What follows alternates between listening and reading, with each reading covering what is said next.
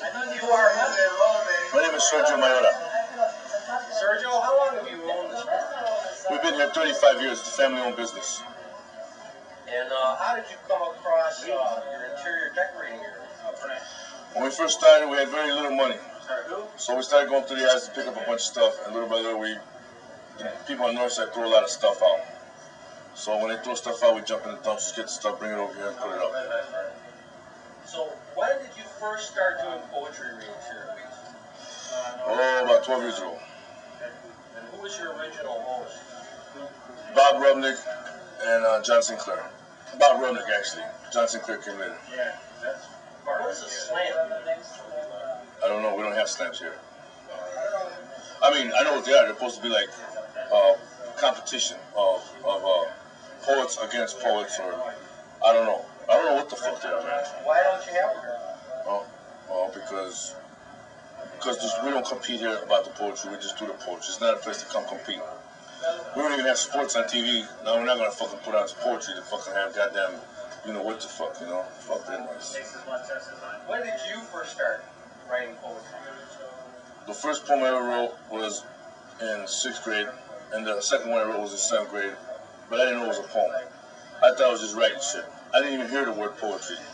Then later on, when Bob Rubnick came over here and started talking to me about poetry and this and that, I said, I don't care.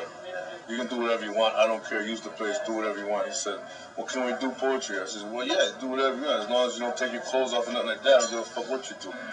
So that's how it started. So who's Bob Rubnick? Bob Rubnick is, supposedly, he's, well, not supposedly, he is. He was the first person to start underground radio in Chicago.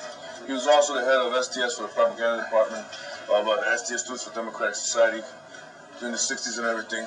He was the national head of the propaganda department for the Students for Democratic Society. And he actually invented what the hell they call poetry slams at the Get Me High and a couple other places around Chicago. And who's John Sinclair? John Sinclair is a big fat guy with a long beard. He's a good friend of mine. I like the guy. What did John do before he came here? Well, John Sinclair was the head of MC5. He was also he started the White Panther Party out in Detroit. He got busted for a bunch of joints. He wrote a lot of books. They threw him in jail for 10 years. John Lennon wrote a song about him, did a big benefit for him, got him out. He's done radio shows. He's also a very good friend of Bob Rubnick, and he also came over here and started poetry here. Now, that means how long has poetry been here at Leeds? Well, about 12 years maybe. I don't know. Somewhere around there. What's the difference between the poetry in Chicago then and poetry now? What, here?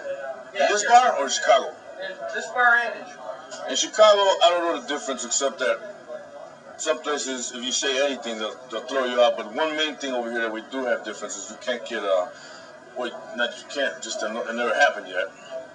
You can't get censored. We don't censor anybody. So what are your feelings on censorship? I don't know. I mean, I haven't had any feelings on censorship because I haven't censored nobody yet. So I don't know what the fuck, what the hell. Why do you write poetry? Why do I write poetry? Yes. Well, because after all these goddamn poets come in here and start writing all that fucking poetry and shit, well, you start writing poetry. You just start writing it, I don't know why I write poetry, man. It's a business venture. What is the strangest or funniest thing that ever happened at one of your open mic readings? One of the strangest things? Bob Rudnick, John Sinclair came in and did, they set up this thing for erotic poetry. And the guys, the only thing you could do is do erotic poetry. And at first everyone agreed it'd be a great thing to do it on Valentine's Day, we'll have erotic poetry. But all the guys were all gung for it, the girls were gung for it. But no one realized after a while that, especially the guys, they started realizing guys can't write erotic poetry. I mean, it's like, how the hell is the guy going to go up there and write erotic poetry? So it was easy for the girls. They went up there, when the guys went up there, they were all like flim-flamming around. They just fucked it all up, man. So that was funny to me, to watch guys trying to be erotic. That was very funny, too funny. What's the strangest thing that ever happened here? When you came in here with that camera that's on me right now and trying to interview me like an idiot over here, that's what the fuck is strange to me. Fuck. I got all these goddamn lights instead of me running a business like a normal business, you understand? Who was your original inspiration or mentor to write?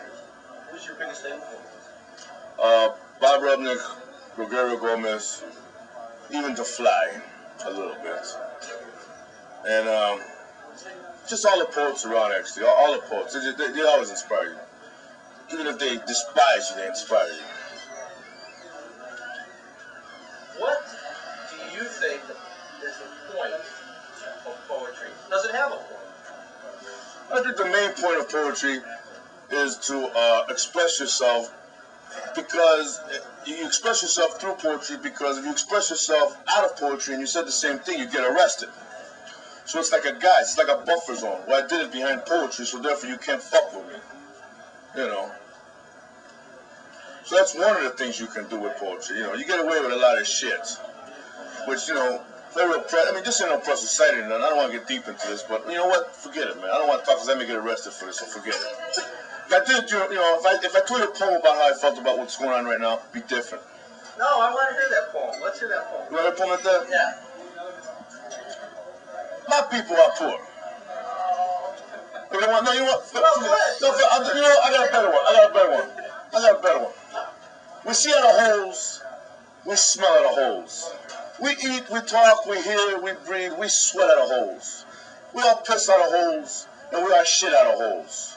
When we were born, we all came out of a hole, and when we die, they put us all in a hole. Life is one big hole. It's a can of worms any way you open it up. So dive right in and enjoy your whole life. It's my philosophy.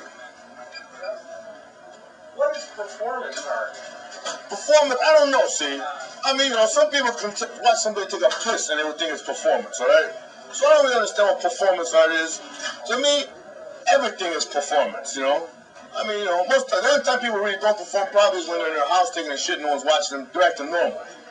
But besides that, once they open the door, wipe their ass and walk outside, they're starting a big performance. Now I'm this guy, you know, I don't wipe my ass. I did just take a shit, you know. My wife does not take a shit. No one takes a shit. Little kids don't stink. They're nice people. Everybody's nice. Mary Dirty don't stink. Nobody stinks. Nuns don't stink. No one takes shits. No one spits. No one picks their nose. So everything you do is performance. Art is just one of the things they throw in there just for the hell of it, you know. I think it's money. I don't know. What are you guys laughing about? Why is John Sinclair important? What, to me or his wife? To you. To me.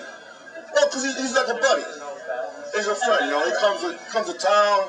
He does poetry here. We go out. We get all fucked up and shit. We get drunk. And also, he pushes poetry. He pushes people. He inspires people.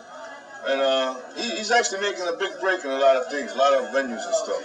So I think besides being a good person, that's why.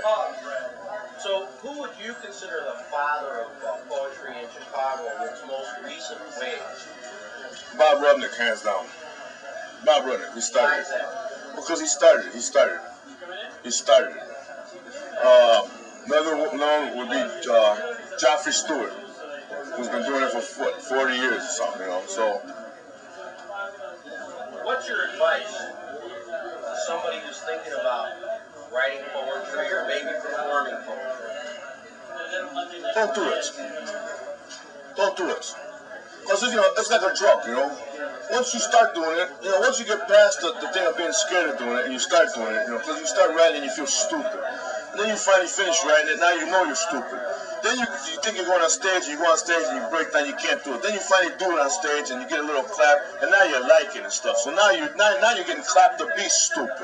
You know, and then before you know it, you really get into it, and you get too serious about it, and before you know it, you start going to this bar, that bar, now you think you're a great goddamn poet now, see? Now you're a poet and shit, you know? So it can lead to a lot of things, you know? You can end up on an interview like me.